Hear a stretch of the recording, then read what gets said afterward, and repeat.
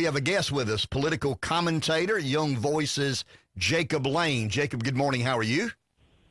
I'm good, sir. How about you? We are well. Jacob, let's do this. Let's call this a President-elect Trump nominee roundup. We had a lot of controversial, situations between senators and nominees. We had some less than controversial. Marco Rubio comes to mind. But in totality, what did you make of the confirmation process thus far? Well, if I could use one sentence to describe this week, and we'll look at three nominees. Everyone loves Marco Rubio for Secretary of State. As you said, he has support from Democrats and Republicans. I actually think he will be unanimously confirmed, and I believe he will be President Trump's first nominee to be confirmed after he's sworn into office on Monday. Pete Hegseth saved his nomination this week. A lot of Republicans were very worried about how he was going to perform this week, but I think he did a good enough job that he's made a lot of Republicans who were uneasy about his nomination less uneasy, and I think he will be nominated, or he will be eventually confirmed. And the third takeaway of this week is Pam Bondi is tough as nails. She is going to be confirmed.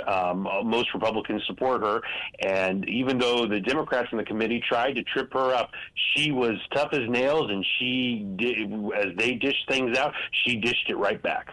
As controversial as Bondi and Hegseth were, I would argue that Kash Patel, Tulsi Gabbard, and RFK Jr. will be more controversial. It's good for conservative talk radio. We love these sorts of back and forth. But what do you expect out of the three yet to have confirmation dates or hearings? I agree with you. I think those three are going to face the most hurdles. And of those three, I think Tulsi Gabbard has the biggest hill to climb. And the reason for that is because not only are many Republicans apprehensive about her. I mean, you just had Senator John Curtis. He is the senator from Utah that replaced Mitt Romney. He's already said that he's not on board with her. And Republicans only have 53 seats, so they can only spare to lose 3 senators. So there's one right there who's already said he's not going to vote for her. But you also have Democrats that just completely oppose her nomination, and obviously that has a lot to do with the fact that she switched parties, but many just cannot get over the fact of her various connections to the now departed Syrian dictator Bashar al-Assad. So I think she's going to face the most trouble out of the three. Kash Patel is going to face a lot of trouble just because he's an outsider. Most FBI directors have had some connection to the agency, and obviously Trump picked him because he wants an outsider to lead that agency, because that agency's had so many problems in the past few years. And RFK Jr., I think he's going to face a little flack, but of the three, I think he'll face the least flack. The only thing I see really hitching his nomination is the pro-choice stuff. I know a lot of Republicans are very, very, especially those in the pro-life camp, are very uneasy with him leading HHS, given the fact that he is an unavowed supporter of abortion. Jacob, what do we make of this? And this is an angle that I've taken with our audience. I think Trump is going to appoint anti-institutionalists. That's obvious. I mean, he's got people now that are not institutionalists. They're not insiders. They are outsiders.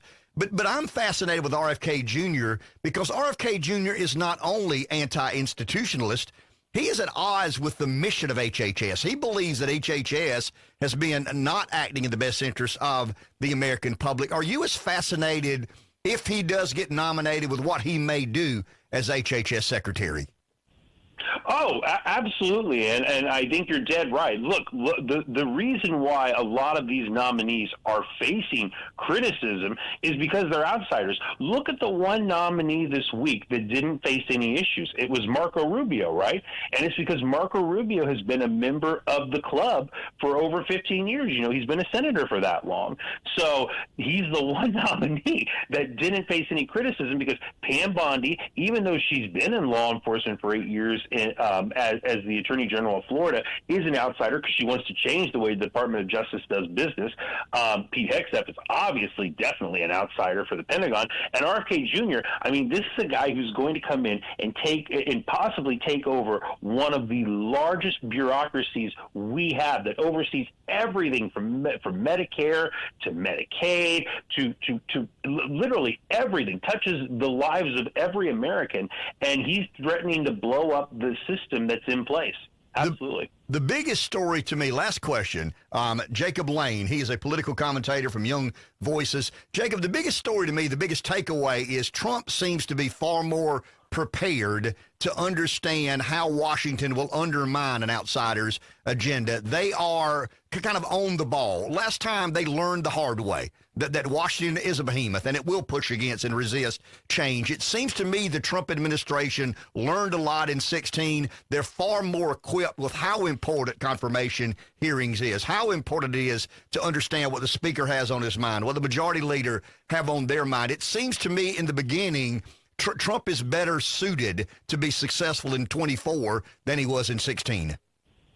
Oh, there's no doubt about it. Could you have imagined in 2017 when he was nominated on January 20th that later that day he would have a nominee be confirmed? And that's what we're looking at this year. We're looking at Marco Rubio being confirmed literally just hours after Trump is inaugurated. And we've already had multiple we didn't even get into some of the confirmation hearings that already started this week. People like Doug Burgum for Interior, they've already started proceedings for the Treasury Secretary. So yes, the team Trump is prepared, much more prepared than they were 8 years ago to hit the ground running. And like you said, they learned the hard way, and sometimes that's what it takes to change your ways. Thank you, Jacob. Appreciate your time. Have a great weekend, sir. Thank you, sir. You as well. Jacob Lane, a